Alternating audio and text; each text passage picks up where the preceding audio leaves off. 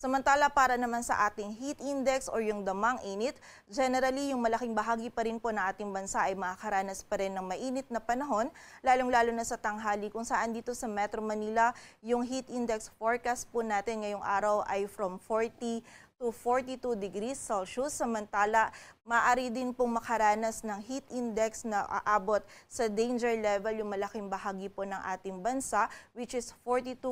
to 43 degrees Celsius. Partikular na po yan sa mga areas sa Ilocos Region, Cagayan Valley, Central Luzon, maging sa ilang areas din po sa Calabarzon, Mimaropa, sa malaking bahagi ng Bicol Region at malaking bahagi din po ng Visayas, and also sa ilang areas din sa Caraga at Zamboanga Peninsula. So paalala pa rin po para sa ating mga kababayan, kapag po tayo lalabas, huwag pa rin natin kalilimutan yung pananggalang natin sa direktang init ng araw. Hanggat maaari, limitahan lamang po natin yung ating mga outdoor activities, lalong-lalo na po yan sa tanghali, or iwasan po natin yung continuous activities sa ilalim po ng matinding sikat ng araw, and also ugaliin din po natin yung pag-inom ng tubig upang maiwasan po natin yung panganib na maaring idulot ng init ng panahon sa ating kalusugan.